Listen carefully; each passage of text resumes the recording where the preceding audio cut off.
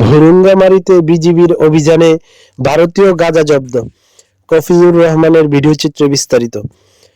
কুড়িগ্রামের ভুরুঙ্গামারী উপজেলায় অভিযান চালিয়ে 53 কেজি ভারতীয় গাঁজা জব্দ করেছে বর্ডার গার্ড বাংলাদেশ বিজিবি। বুধবার 25 জুন উপজেলার শিলখুরি ইউনিয়নের মাস্টারপাড়া এলাকা থেকে এসব গাঁজা উদ্ধার করা হয়। বিষয়টি নিশ্চিত করেছেন কুড়িগ্রাম ব্যাটালিয়ন 22 বিজিবি এর অধিনায়ক মোহাম্মদ মাহবুবুল হক।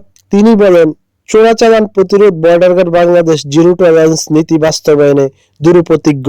কুড়িগ্রাম জেলার সীমান্ত বিজিবি নিয়মিত টহলের পাশাপাশি বিশেষ টহল গোয়েন্দা তৎপরতা আরও জোরদার করা হয়েছে বলে তিনি জানান।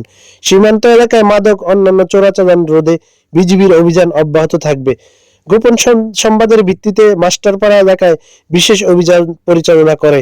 অভিযানে এক পর্যায়ে পরিত্যক্ত অবস্থায় 53 কেজি ভারতীয় গাঁজা জব্দ করা হয়।